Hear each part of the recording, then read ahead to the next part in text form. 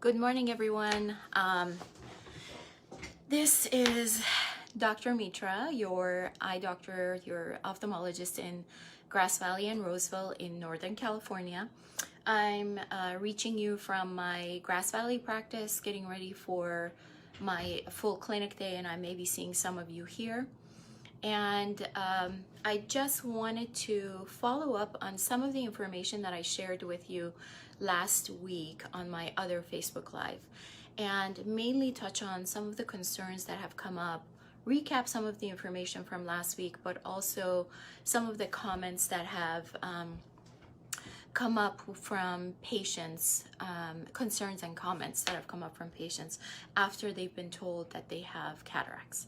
So mainly at the time that my patients come to me for cataract surgery, they've either been seen by myself or an eye care provider colleague, an optometrist in the area, and they have tried to change prescriptions for the glasses, and yet the patient is still not able to have improved vision or do the activities that they want to do without certain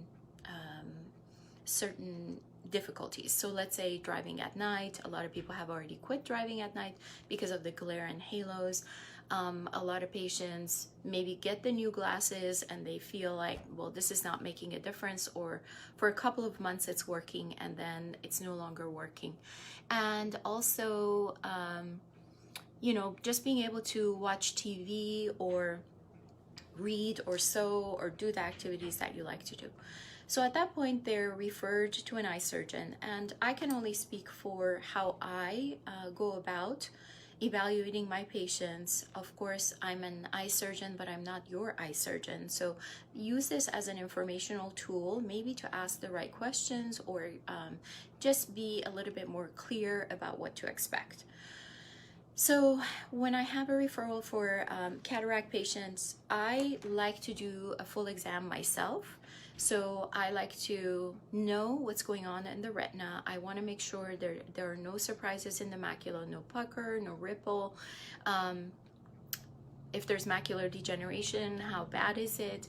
And also checking the cornea, checking the stability of your natural lens, because I want to know how it's suspended within the eye. If there's been trauma, sometimes this lens is not necessarily as secure. So I just like to know this information so that I can have the accessory tools that may help me just in case I need it during the surgery. So once we do this exam and you and I both decide, yes, it's time to have the surgery, this is a great idea at the time, then I will essentially have my surgical coordinator come in and talk to you about a couple of appointments. So you will choose the date of the surgery. That should be far enough in the future, and then you'll have two other appointments before that. One is going to be for IOL measurements or pre-op visit, just to see, in order to determine what power artificial lens we're going to use for your eyes. One eye may be different than the other. Your needs will be different than the patient that comes after you. So taking those measurements is going to help me have a meaningful discussion with you about the type of correction that you want. Also, we do a corneal topography to see if there's any asymmetry or irregularity or scarring on the cornea that will affect the success of the surgery, or at least for me to give you reasonable expectations. So that's one visit, and then the other visit will be within the month of the surgery. So usually it's a pre-op visit where you and I will go over the lens measurements, we'll go over your requirements, what kind of correction you want, and also, going over all the possibilities, signing the consent form, and reviewing all that you need to do before the surgery. So certain questions pop up at this point. Some patients are worried that, the light is too bright. I can barely sit behind the slit lamp. How am I going to keep my eyes open during the surgery? So basically what I tell patients is that you don't have to worry about blinking during surgery.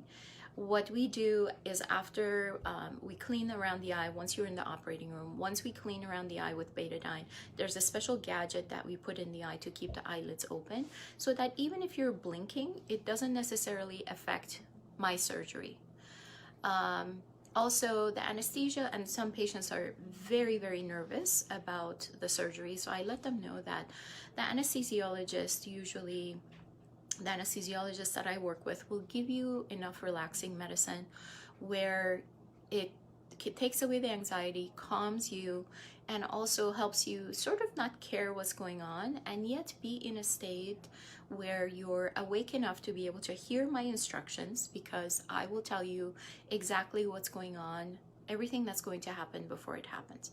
So you'll hear me talking, you'll be able to follow directions as far as where to look during surgery. I know it sounds amazing, but you can. And also, again, be comfortable. You will have some added numbing medicine during the surgery that will cause a little bit of stinginess. I have you take a deep breath and breathe out, and the stinginess will be gone. And the rest of it, I tell my patients, is essentially a light show. You'll see different colors of light. And before you even know it, the artificial lens is in, the surgery is done, and we're back into recovery.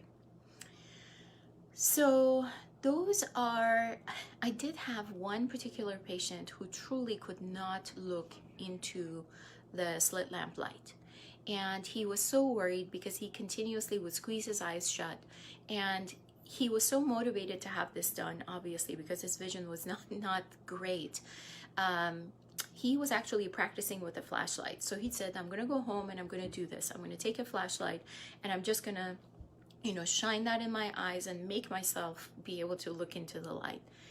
Up to the last minute before taking him into the surgery, he had that flashlight and he was shining it in his eyes, trying to practice so that he could keep his eyelids open. And whether he had done that practice or not, we would have come up with ways to accommodate him. So I don't want you to worry about that. These are just some of the things that maybe you want to do, some of the questions that need to be answered, that you want to make sure you have answered, or voice your concerns so that you don't have as much anxiety going into the surgery. And I think those are the main questions. If you have other ones that you would like me to address, I'll certainly be here next Monday morning. It'll either be cataract surgery or a different topic, and we can go over that information with you.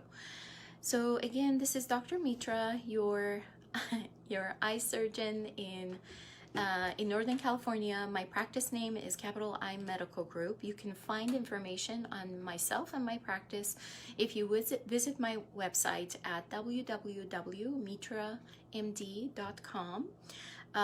You can reach us through the website, or you can call the office and set up an appointment to see me.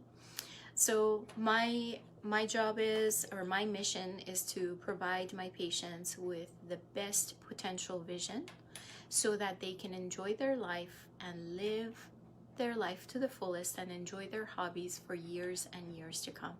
I thank you for listening, whether you were live or you watch this as replay. Just push #replay in the comments, and I hope to see you next week.